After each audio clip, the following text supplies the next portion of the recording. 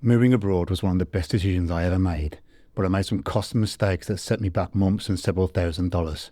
If you're thinking about relocating to another country, these 5 things could save you time, money, and stress. A year and a half ago, I moved from England to the Dominican Republic, but somehow ended up in the south of Brazil. Since then, I've learned a lot about what works and what doesn't. Today, I'm sharing the 5 biggest lessons I learned the hard way so you don't have to. Number one, and this is the biggest mistake we made, just because a place is amazing for a holiday doesn't mean it's great for actually living there. So we chose Punta Cana as our plan A location. There was direct flights from Manchester for my family in England, easy connection to Cali in Colombia for my wife's family, relaxed tourist visas, beautiful beaches, Spanish speaking, and what we thought was a great climate. But here's where we messed up. We visited for 3 weeks in February, stayed in 5-star all-inclusive hotels and thought, this is perfect. Then we moved there in July. Within a week or two, we were having second doubts.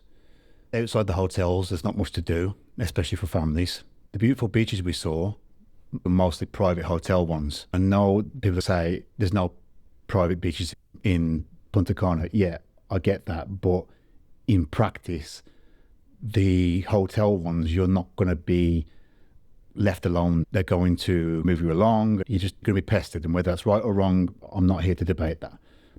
I'm talking about the public beaches where nobody will pester you. The public ones were very few and far between, covered in seaweed, which smelled, and the seaweed was mixed with garbage and plastic. Also, there were hardly any parks or green spaces for the kids. I think there was one soft play place in the whole of Punta Cana, and it was small as well. So after going once a week for a few months, kids had got fed up with that place. All the decent green areas are locked away behind inside gated communities and whatnot. So it's great if you live in one of those, but if you don't, it's slim pickings where you can take your kids out for a day to a park or something like that. And the public ones, they aren't maintained. Nothing's centrally located. It's not like any large parks or large green spaces where there's multiple swings and a little lake you can walk around. All this stuff you're going to find inside the condominiums and the gated communities. So we didn't want that for our kids and our life. We didn't want to be segregated from everybody. We wanted to mix with the locals, be part of the community, like here in Brazil. And we don't just live in an expat bubble. In fact, where we live now, I'm the only expat. I'm the only gringo, basically. The locals felt a little distant. Not rude, just a little cold. I wasn't expecting a ticker tape parade for our arrival. I wasn't expecting that. Here comes Sam and his family. No, but like the supermarket workers and the waiters and whatnot, they weren't very friendly. They just seemed to look at you as like a cash cow. Whereas in Brazil, so it's always there, bom dia, tudo bem, and smiles. And the same in Colombia as well. It's like, buenos dias. You meet somebody in the lift and whatnot. We didn't get that in the DR. And I get it. People are struggling there, watching foreigners live comfortably, because it is basically a gringo playground. I know other nationalities go there, but yeah, mostly Americans, isn't it? And they're there just splashing the cash, and these people are living in poverty, basically. When you go outside of the 5-star hotels, that's when you see how people really live. So I get it. It makes sense, but it changes the vibe completely. Third, the driving was absolutely mental. People drove within inches. One guy on the highway, coming back from Santo Domingo, my rear view mirror, he's like that far from the back of my bumper. And I've got young kids in the car who are going like 70 miles an hour, and this guy is literally touching my car. I'm fine with a bit of chaos, but with my wife and 2 small kids, nah. It was like this all the time. For instance, nobody will ever let you out there. If you're trying to get onto the main road, no one will let you in. They will do whatever they can to stay bumper to bumper. I don't get this in Brazil. People might say, oh, that's Latin America. No, it's not. In Brazil here, people don't act like that. But yeah, driving was stressful every time. The price of living, groceries, eating out, more than expected. Once you add in all the taxes and tips, And again, I haven't got a problem with tipping, but like it was expected every time you go out, not just for meals. It was like I go to the grocery store and I'm expected to tip the guy putting the bags on.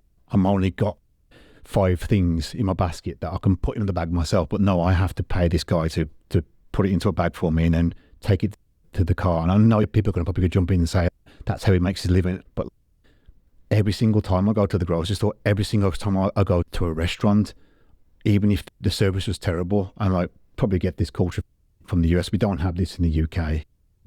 If you give bad service, you don't tip. But yeah, it's not just the tips either, it's the taxes they add onto everything.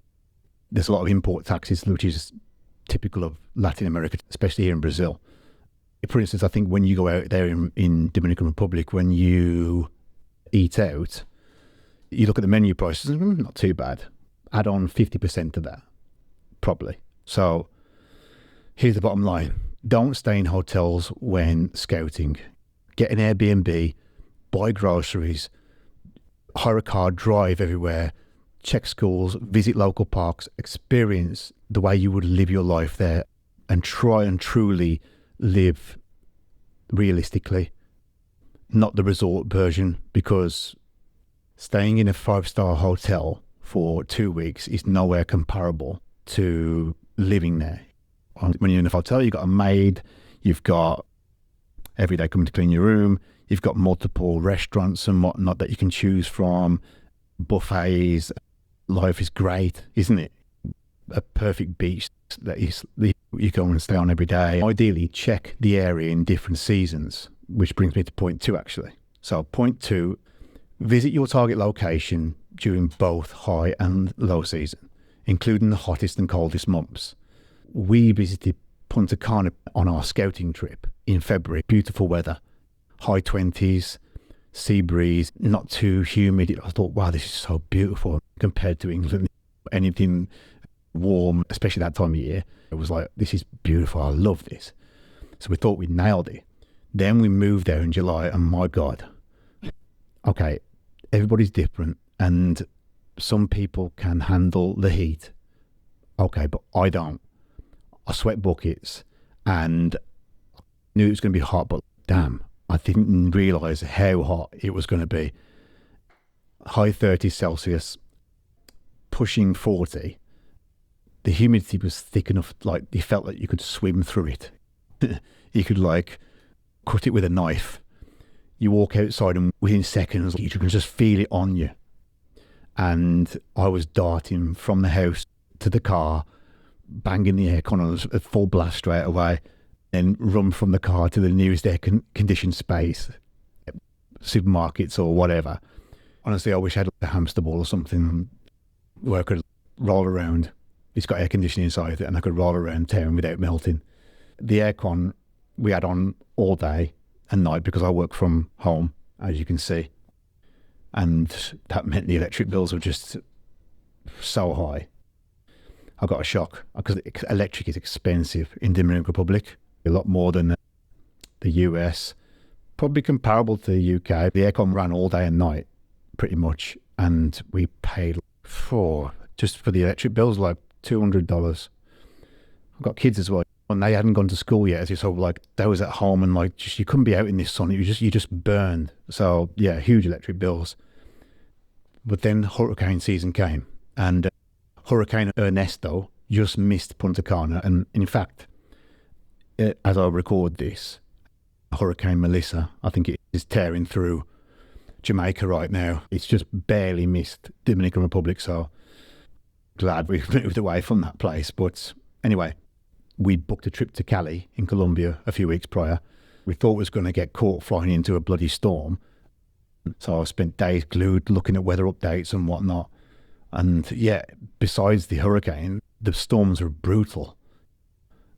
Torrential rain, flooded streets, lightning. In fact, some lightning hit a metal pole about 10 meters in front of me. That's the closest I've ever been to a lightning strike, and I nearly jumped out my skin. It was awe-inspiring, to be honest, but damn, like it was just...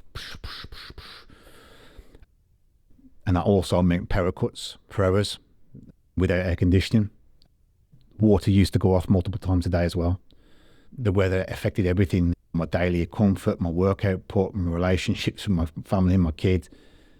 So make sure you visit your dream destination twice, once when it's at its best and once when it's at its worst. So for me, the worst is when, and by the way, even the locals said that time of year, July, August is like hell.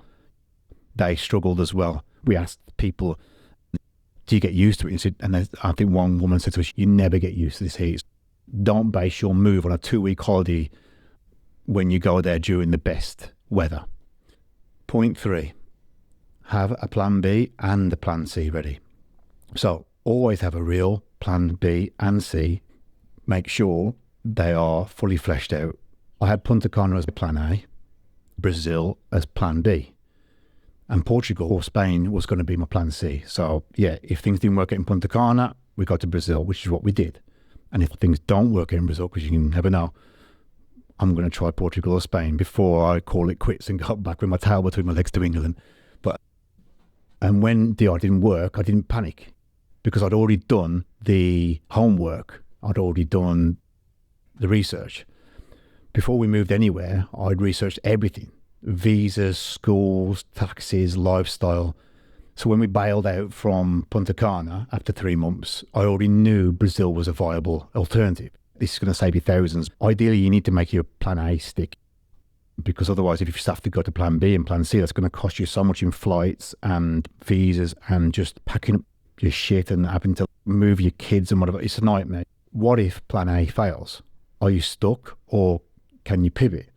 Have backups in different regions, not just nearby. So yeah, if Latin America goes wrong this time, because we've tried Dominican Republic already, but if Brazil goes wrong, I want something more neutral, like Portugal or Spain, which is closer to England, obviously European. So also ask your partner what matters most. This is crucial, to be honest. My wife needed a city nearby with restaurants and malls. I don't need any of that stuff, or at least I thought I didn't. We're 30 minutes away from the centre of Florianopolis, so we've got all the amenities and whatnot to make life relatively easy for Latin America. I thought I could go and live in Costa Rica or somewhere, not in the jungle, but on the west coast, which is pretty remote. There's no massive cities. You've got Tamarindo, but these are small towns, pueblos and whatnot. I could have done that, but I didn't say to my wife, no, I don't want to live in the city. I want to live in Tamarindo, for instance. I couldn't do that because she didn't want that. So if she's miserable, everyone is. Believe that. Trust me, I based all my research around, is it in Latin America or Spain or Portugal? Is it a city? Does it have mod cons, restaurants, malls, things my wife likes? Know those red lines before you go. If you wait until things go wrong to research alternatives, one of 3 things happens. You either panic and go home with your tail between your legs, or you stubbornly stay and suffer, subjecting your family to a substandard life where you could be having better life if you just be a bit more flexible. During these periods when you just moved abroad, the last thing you need is more stress, because trust me, this can make or break you. And I'm not talking about you, I'm talking about your family as well. So do your prep in calm moments, not in crisis.